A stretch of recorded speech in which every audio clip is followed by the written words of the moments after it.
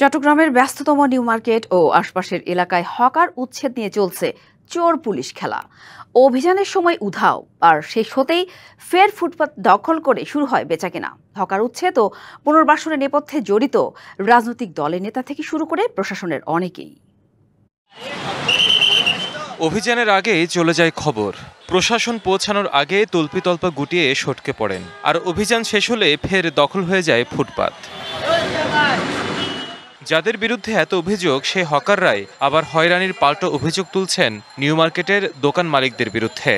মনে করেন একটা শার্ট 250 টাকা দিয়ে নিচ্ছে বা 200 টাকা দিয়ে নিচ্ছে, মার্কেটে একটা শার্ট 1400-1500 টাকা। তারা তো রিক্সাওয়ালাতে ওইখান থেকে কিনতে পারবে না, আমাদের থেকে নিতে হবে। এই জন্য মানে তাদের জলে যাতে আমরা একেবারে উঠে যাই, এই জন্য ওনারা গাছ টাছ লাগাতে চাইছে। এখানে হকারেরা সবাই জড়ো হয়েছে যে এটা হবে না, কারণ হকারের পেটে লাথি দেওয়া যাবে না। 10 লাখ রোহিঙ্গা যদি বাংলাদেশে জায়গা পায়, আমরা তো রোহিঙ্গা না, আমরা হইলাম এই দেশের নাগরিক। আমরা তো চাঁদাবাজি করতেছি না, সাধারণ ক্ষুদ্র ব্যবসা করে যাইতেছি। 4 গুণ শক্তিশালী এনজাইম ও অধিক ফেনা সমৃদ্ধ অরিক্স সিলভার ওয়াশ মাত্র 70 টাকায়। ব্যবসায়ীদের দাবি, দিনভর ফুটপাত দখল করে রাখে ভ্রাম্যমাণ বিক্রেতারা।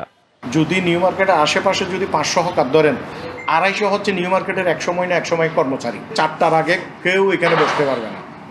এর রাতের পরে আমরা 9টার পরে 10টার পরে মার্কেট বন্ধ করে দিই। এরপরে ওরা যদি সারা রাতও থাকে আমাদের সমস্যা নেই, কিন্তু যাওয়ার সময় তাদের গাড়ি বস্তা মালামাল সব নিয়ে যাবে, এবং যেই জায়গাটা তারা ওখানে অবস্থান করছিল ওটা যেন পরিষ্কার করে।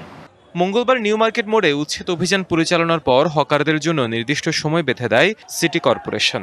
4টার পরে এই সাইডে কোনো ছাতা মাদান দিবে না, ওইদিকে ছাতা দিচ্ছে। ভিন্ন জিনিস, নিউ মার্কেটের এন্ট্রান্সের মুখে ছাতা দিয়ে এটাকে জায়গা দিবে না। আমরা এখানে পার্মানেন্ট কোনো স্ট্রাকচার থাকতে পারবে না। গেল 15 বছর হকারপাড়া খ্যাত চট্টগ্রাম নিউ মার্কেট এলাকা নিয়ন্ত্রণ করত আওয়ামী লীগের নেতাকর্মীরা। পট পরিবর্তনের পর কেবল হাত বদল হয়েছে, হকাররা আগের জায়গায় রয়েছে বহাল তবিয়তে। DBC news desk.